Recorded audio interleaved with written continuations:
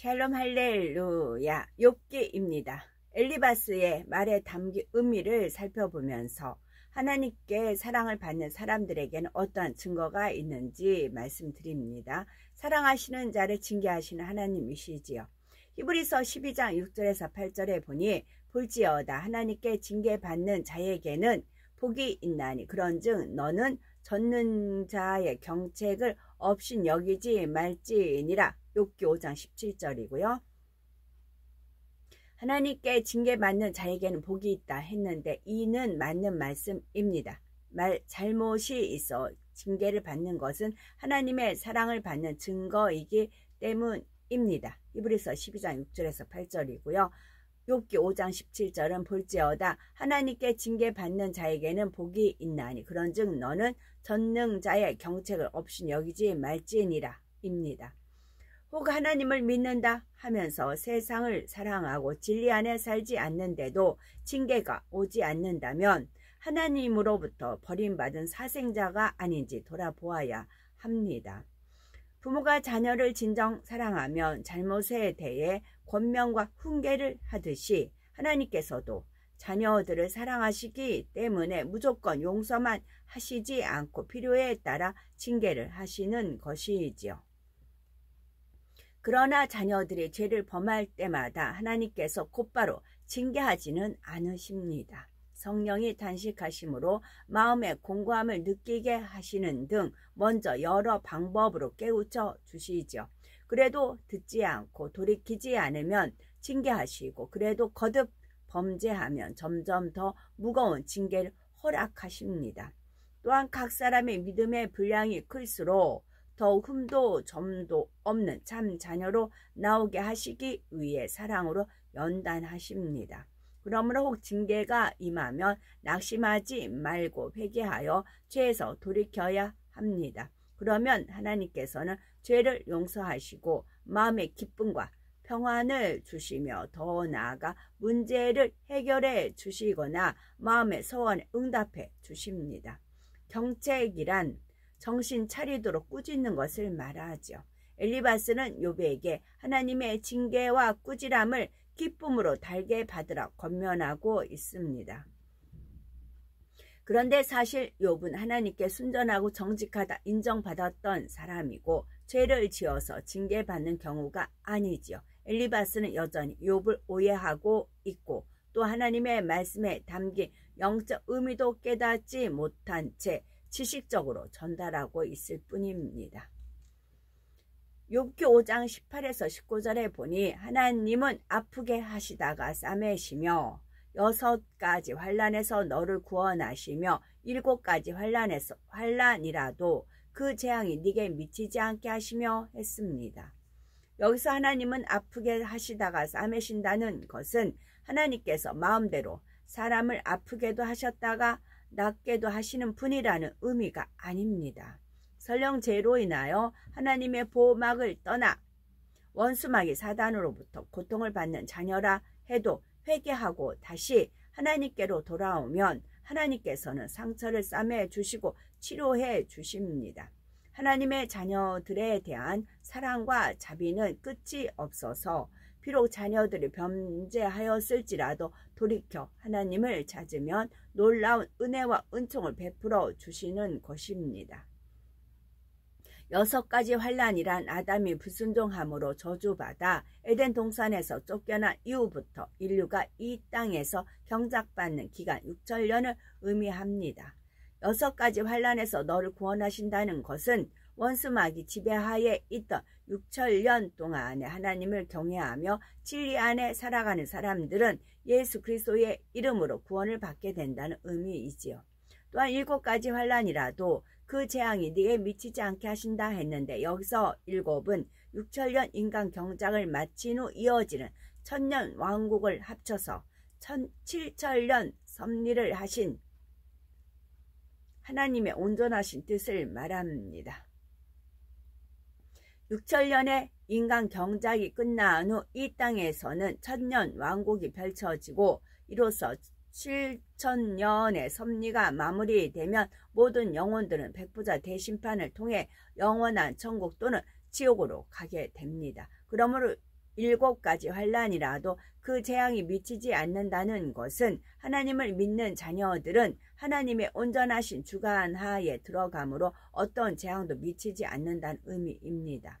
욥기 5장 20에서 22절 기근 때에 죽음에서 전쟁 때에 칼 권세에서 너를 구속하실 터인즉 네가 혀의 채찍을 피하여 숨을 수가 있고 네가 멸망과 기근을 비웃으며 들짐승을 두려워 아니할 것은 했습니다. 기근이 오면 피할 수 없는 법인데 이 상황에서 하나님이 어떻게 구속해 주신다는 것일까요? 하나님의 사랑받는 엘리야 선지자는 3년 반의 가뭄 중에도 하나님께서 인도하여 그리 시냇물을 마시게 하셨고 까마귀를 통해 떡과 고기를 먹게 해주셨습니다. 또한 시내가 마르자 시돈에 있는 사르밧 과부를 통해 공개받게 하셨지요. 하나님을 믿고 의심하지 않으며 죄를 벗어버리고 하나님을 의지하는 사람에게는 이처럼 역사해 주시는 것입니다. 다음으로 전쟁 때에 칼 권세에서 구속해 주신다 했는데 성경에 보면 이런 사례가 많이 나오죠. 에레미야 선지자는 포로로 잡혀가야 하는 상황에서도 잡혀가지 않도록 항상 하나님이 지켜 보호하여 주셨지요. 아기 예수님도 헤롯 왕이 2살 이하 어린아이를 다 죽이는 상황에서 하나님께서 미리 알려주시어 애굽으로 피하게 해주셨습니다. 오늘날도 진리 안에 거하는 사람은 기근, 전쟁, 지진, 질병의 유행 등 어떤 시험, 환난, 위험이 온다 할지라도 하나님께서 안전하게 지켜주십니다. 혀의 채찍이란 사람이 입으로 어떤 위협적인 말을 한 후 이를 시행하려는 것을 말합니다. 예를 들어서 어떤 사람이 너를 죽이겠다, 가만두지 않겠다라고 말한 후 실제로 이를 실행하려고 할 때 이로부터 하나님께서 지켜주신다는 것이지요. 잠언 26장 2절에 까닭 없는 저주는 참새에 떠도는 것과 제비에 날아가는 것까지 이르지 아니하느니라 말씀하신 것처럼 우리가 하나님의 말씀 안에 산다면 어느 누가 저주한다 해서 그대로 임할 까닭이 없는 것입니다.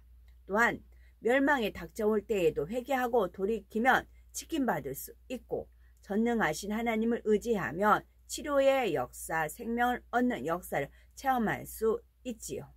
네가 멸망과 기근을 비웃으며 라는 말의 뜻은 욥이 하나님을 믿고 의지하며 모든 것을 맡긴다면 멸망과 기근이 욥과는 상관이 없으니 여유가 있고 담대하여 자신이 있을 것이라는 말이죠. 여기서 들짐승은 영적으로 원수마귀 사단을 의미합니다. 아담이 영적인 권세가 있을 때는 들짐승을 지배하고 다스릴 수 있었던 것처럼 우리가 온전한 영의 사람이 되면 원수마귀 사단을 다스릴 수 있습니다.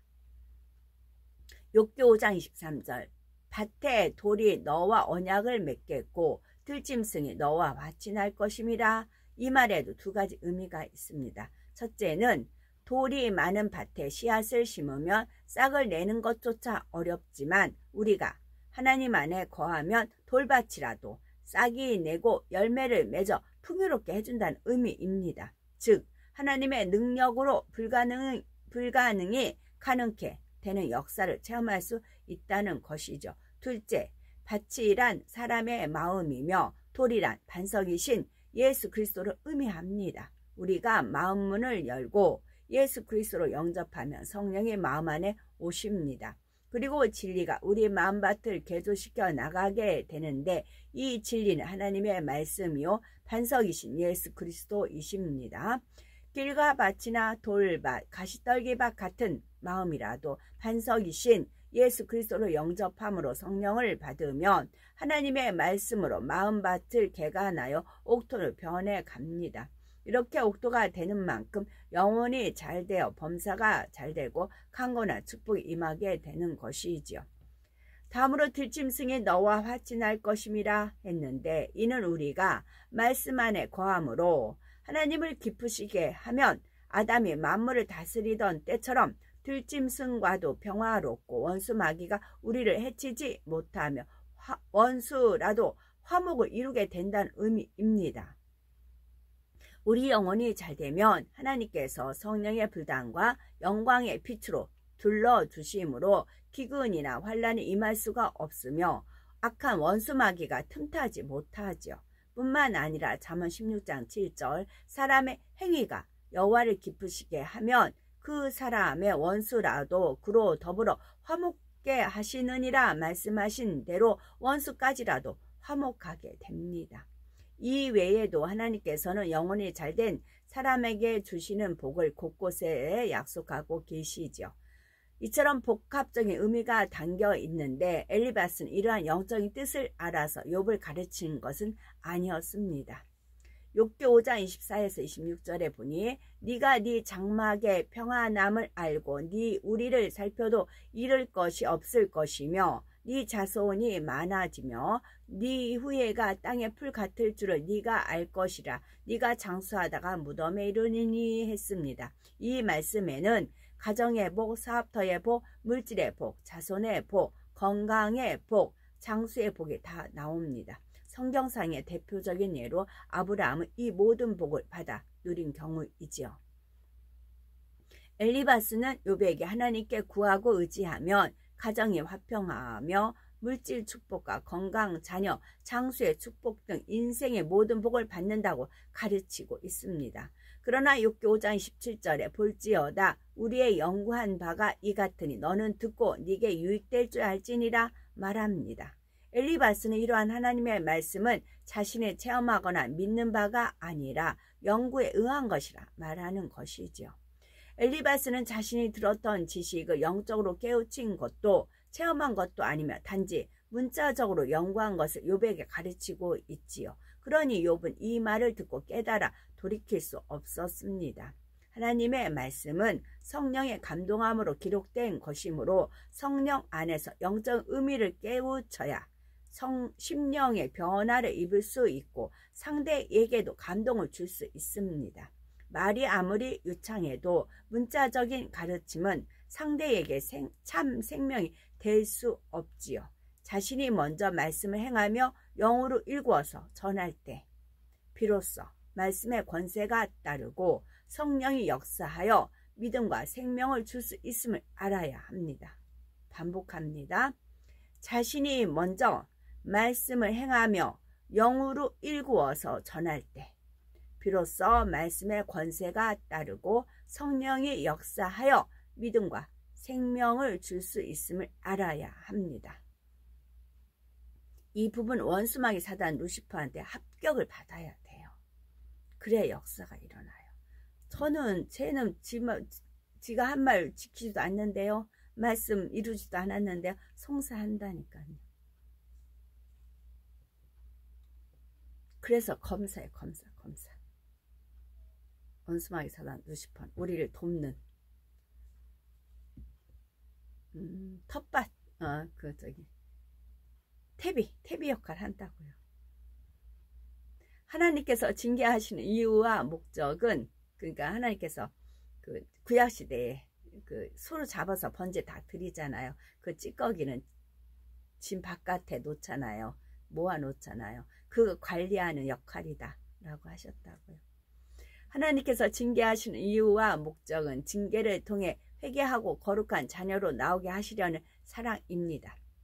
하나님의 징계하신 이유와 목적은 징계를 통해 회개하고 거룩한 자녀로 나오게 하시려는 사랑입니다. 사생자가 아닌 하나님의 자녀이기 때문이지요. 그러므로 혹 죄를 지어 징계가 온다 해도 낙심하지 말고 오히려 나에 대한 사랑을 표현해 주신 하나님의 은혜에 감사해야 하겠습니다. 더 나아가 여호와께서 내게 주신 모든 은혜를 무엇으로 보답할꼬 하는 시편 116편 12절에요. 하는 마음으로 하나님 나라에 충성하며 뜨겁게 달려간 우리가 되어야 되겠죠. 아멘.